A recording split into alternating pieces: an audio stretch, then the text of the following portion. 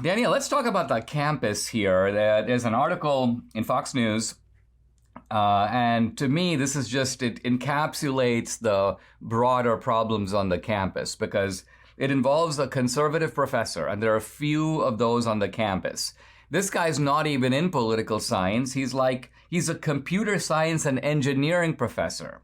And evidently, the University of Washington went to its professors and demanded of them that all of them, when they list their syllabus, they have a statement up front discussing how Native Americans used to own the land on which the campus now stands. So it's called the Native American Land Acknowledgement.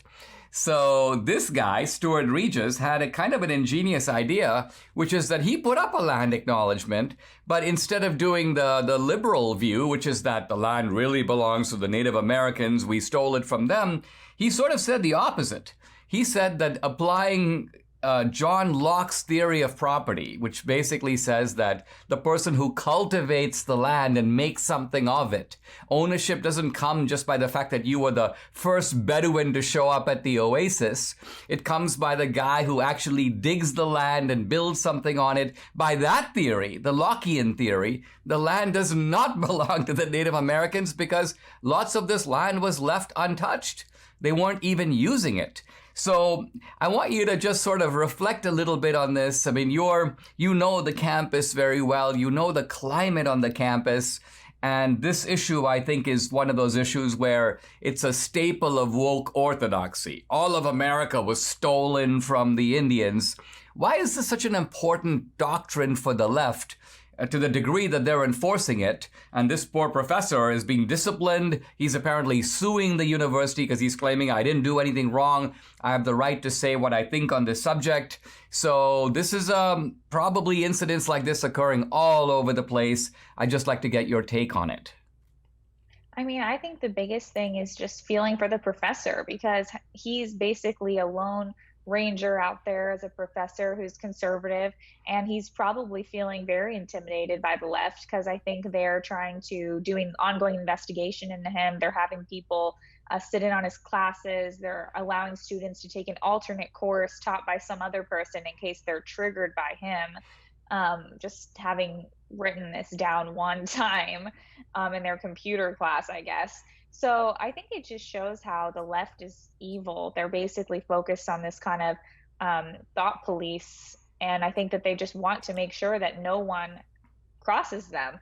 And they're going to punish you if you do cross them. I mean, it's remarkable, isn't it? Because here's a topic that is at the very least debatable. You've got land, America. The Indians were, in fact, here first.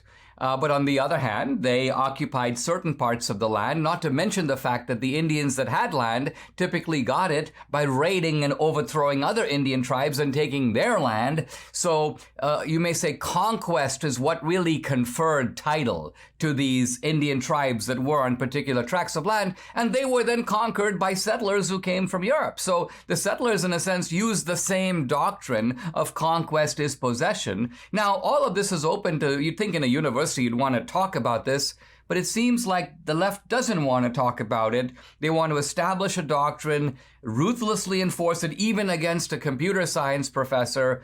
And it seems that they've certainly gotten far worse from the time I was in college, but I think they've gotten far worse even from the time you were at Dartmouth.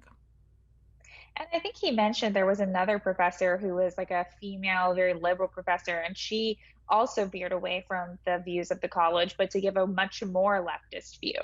And that person, he said, was not being punished in any way. So I think that it's about pushing people further and further to the left, basically as far as they can. And I don't know how much farther they can possibly go since there are already teachers who are basically Marxists and communists. So there really is no further left to go other than to just force this upon everyone that they see. I mean, are we reaching the point where these universities are unsalvageable? I mean, I sometimes joke that you were the last person to get a good education at a college like Dartmouth, but it's because you carefully navigated your way through the college with a kind of a deep understanding of what professors you should take and so on. But on the other hand, I mean, let's just look forward in this environment. If you had, would you send your kids to Dartmouth or would you rather send them somewhere else?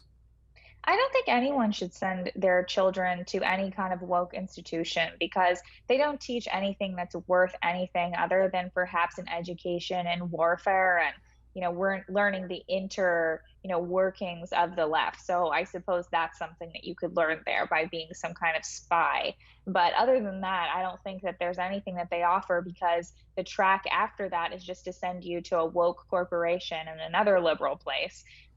So the left has really taken over, so to speak, all of our, you know, all of these really big institutions, big colleges, big corporations. So I think we just have to have our own because I don't know how we can take over the colleges, honestly, at this point. Maybe we can try to do things by having alternate corporations, though. But absolutely, I don't think it would be worth it to go to any of those schools. Yeah, I think I agree. And in small ways, as a family, we've been doing our part to try to build alternative movies, alternative media, alternative social media. But you're saying that trend needs to continue because we really need to build an alternative America inside of America. Yeah, alternative everything. I mean, a friend of mine was saying that some guy who's the head of some company, she was saying might be conservative. She was like looking into something he did 10 years ago that had a Catholic vibe or something. I'm like, well, that's great, but that doesn't matter because this person isn't speaking up and they're not changing anything at their company. They're letting these woke HR people take over. So I think there are some conservative people in colleges or in companies. The problem is they're just very scared and they never actually do anything. So then the reality is the woke social justice warriors take over. So if these people want to do something, then that would really be helpful.